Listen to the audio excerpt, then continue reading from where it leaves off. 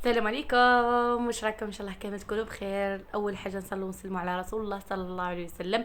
واش راكم زينات؟ واش راكم مع الصحه؟ ان شاء الله تكونوا بخير وصحتكم لاباس. نتوما تشوفوا في لا فيديو تاع نهار اليوم. الموضوع تاع لا فيديو تاع نهار اليوم هي فساتين الاعراس لسنه 2024. يعني مع دخول بداية دخول موسم الصيف، يعني راهي تبدا تكثر الاعراس، يعني راهي جايه العطله تاع الدراري وكامل. راح يولوا هناك كثره في الاعراس، وكاين ناس بزاف عندهم اعراس وراهي تلفت لهم لي موديل.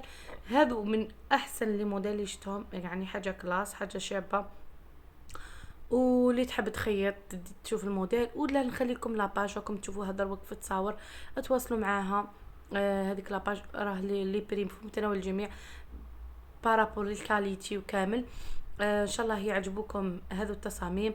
ان شاء الله ينالوا اعجابكم. ما تنسونيش بدعمكم واشتراككم في القناه مع تفعيل زر الجرس هكا باش يصلكم كل جديد. تابعوني في لي لايفات اللي راني نديرهم في الفيس عفوا في اليوتيوب على المباشر. يعني راني ندير لكم وصفات وروتينات على المباشر.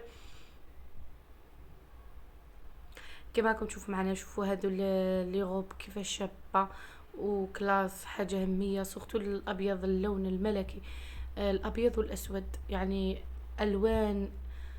سورتو الابيض، يعني كي تلبسي حاجه بيضاء تباني كلاس، يعني اللباس الابيض. شوفوا هذا هو الاسم تاع الصفحه، تواصلوا معاها. هذا هو راني مخليته لكم في الصور. آه، شوفوا شعر الشابين ما شاء الله. وكاين توصيل 58 ولاية. تبعوا، ما تنساوش تكملوا الفيديو حتى الاخير هكذا باش تستفادوا وتقدروا تدوا الموديل اللي يعجبكم، تديروا له كابتشر ولا تخيطوه ولا تكوموندوه من عند لاباج اللي خليتها لكم. مع السلامه.